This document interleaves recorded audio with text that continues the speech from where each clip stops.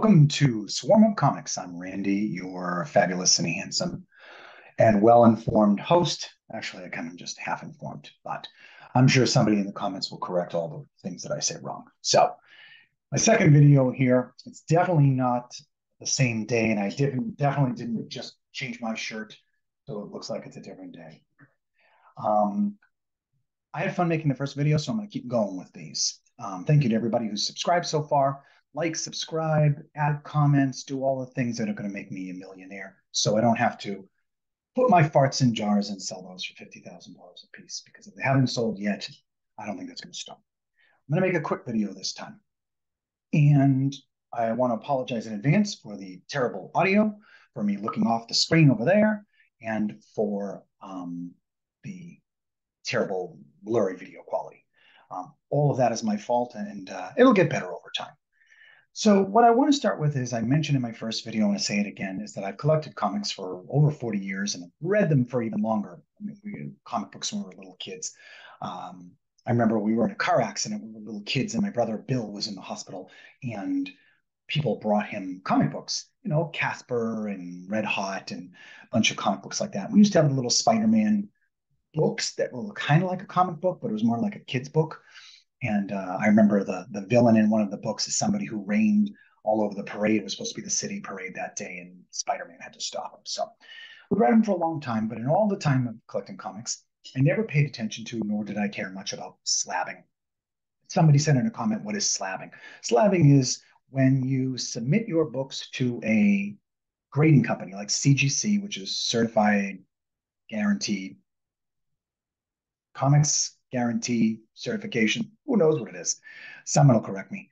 We just call it CGC. There's CBCS and there's PGX, and apparently there's some others, but everybody sort of gravitates towards CGC. Um, so I never really paid attention to grading comics. I didn't buy any slabs. I didn't even see slabs in my local store. I was aware of them, but it wasn't my thing. And the first slab I ever got was from a friend that I'd known since kindergarten, I think. His name was Les Lahage. His name is still Les Lahage. He didn't change it. He lives out in California now, and he had some comics and some things he was selling about 10 years ago. And I've always loved the EC horror comics. I bought the reprints they did in the very early 90s and read all of those and absolutely loved them. And he had offered me an EC comic, an original EC comic from 1953, pre-code horror. We all know the story about EC. If you're on this channel, you probably know it, but I could explain it more, probably poorly if you wanted to. But this wasn't just any copy of an EC comic. This was a slabbed copy. It was a CGC, Comics Guarantee Certification, something like that. Why do I not know what it is? Anyway, but he also explained to me a little bit of a history that I didn't know, and I'm going to sort of go into it and explain it a little bit. The company EC Comics came from another company. I think it was William Gaines, and then William Gaines Jr. took over the company when his father passed away, and he got into more, instead of printing religious things, he started printing comic books. And we know the story about EC Comics and all the pre-code horror, and then the seduction of the innocent, and the Senate hearings, and then we got the Comics Code Authority. And the cool story is, and again, correct me if I'm wrong, this is how I half remember it. I didn't do any research here, I'm just babbling. But William Gaines took the comic Tales to Drive You Mad, and he turned it into a magazine, and it became Mad Magazine. And we all know Mad Magazine. We grew up with it.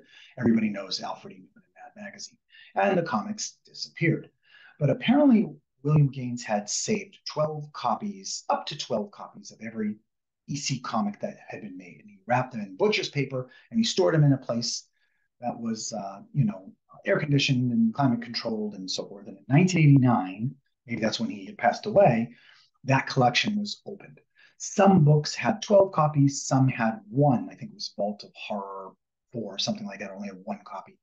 And some others had 5, 6, 7, 8, 9 copies, or whatever it is. Some had 10. And they all went out for auction, and they had certification with them.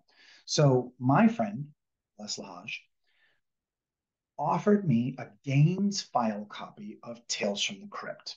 I mean, Tales from the Crypt was the one we all know from the TV show, the movie, everything like that. And I couldn't believe the opportunity. I didn't know anything about it, and I didn't realize how expensive it was going to be. Not only because it was slabbed, and I didn't understand the concept that you've now graded it, it's official, and it's slabbed, so now it's automatically worth more.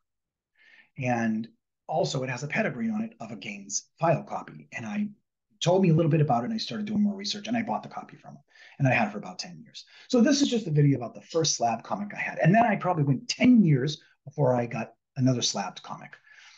Now I have a bunch of them, and I'm in the middle of getting quite a few slabbed. As I mentioned in my last video, Tom Anderson, a friend of mine, is pressing comics for me and submitting. I did a first submission of some high value books that I did in my first video. I did another of some vintage books that were all Amazing Spider-Man. And the next batch was a Golden Age batch. So I can't wait to get those back. Those are being sent off to, hopefully CGC has them now. And then I met with Tom yesterday, and we have another batch of vintage stuff. So a lot of books going off. So I'm starting to, my number of slab book is going crazy. So I'm going to show you this. Not, I don't know why I've already explained to you what it is. So try not to look off camera. That's Tales from the Crypt.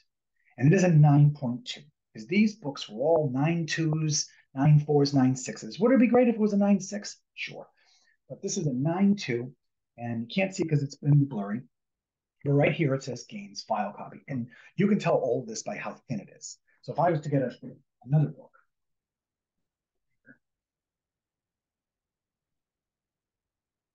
Amazing Spider-Man number 19, and you were to look at the two of them side by side, you'd see, and maybe you can see it, how much thinner this one is.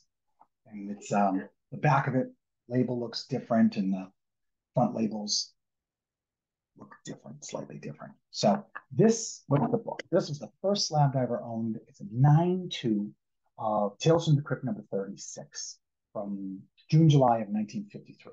Off white to white pages, Haynes file copy, and it is absolutely in amazing shape. I'm surprised there's not even a higher grade than a 9.2. It doesn't have a single spine tick. It's got a little squished corner right here, and I bet they did it during grading too. Maybe a little bit of a fold here. So this was my first book, and it's lightweight. It's very thin. It's not as heavy as the others, and it's probably been slabbed for a very long time, judging by the number. It doesn't have a super controversial cover. It's got a cool cover. Apparently, a vampire. We love vampires. You know, we all love Edward and the vampires and the Sparkle vampire movies. And this is also has a Ray Bradbury story in it, an EC adaptation. I think EC started adapting other writers' stories without giving them credit, and then they decided to clear that up by giving them credit and so forth. But again, somebody could correct me in the comments. I was going to read this or watch this, but I just wanted to talk about the video about my first slab. And I didn't get the bug back then, but I have the bug now, and I wish I had been doing it a long time ago. So anyway, this is it. If you have any questions about it, you can leave comments, you can message me or anything like that. But I just thought this was pretty cool. And this is rare. There are only, apparently, I was told on this one, there's only 10 copies. There was not 12. And here's something else interesting I learned about this, in case you wanted to know more about it. The first 4 copies of each of them were put into a set. So somebody, when they were auctioned off, bought a set of these all together. And then the last 5 copies out of the 10 or 12 were given to the Gaines family. And then the middle copies, 2 or 3 copies, were sold individually. And I don't know, there's no record of this. The certification is not with it. Back in the day, CGC used to throw the certification away or not return it to you. They just felt if it said Gaines file copy, that was good enough. They didn't need to do anything else. And that's how you know it's an older one. It'd be nice if it was in the original Mylar with the certification, but it's not. And these, I was told, typically go for anywhere from 50 to 100% more than a regular copy. But this is rare. This is one of 10 copies in this pedigree in the world. This was never circulated, and it was owned by the guy who owned EC Comics and Mad Magazine. And that kind of blows my mind when I think about it. Like, I mean, he didn't read it and he just kept them stored away, but this was owned in his private vault, whatever it was. So anyway, super cool comic book, and not for sale. Sorry, Comic Carl, who wants to buy it from me, a buddy of mine, but not for sale. So anyway, unless you offer a real lot of money. But anyway, again, I'm Randy at Swarm of Comics. I appreciate you joining me. I'm going to turn my head over here to stop the video without trying to be obvious, but I got to click stop recording.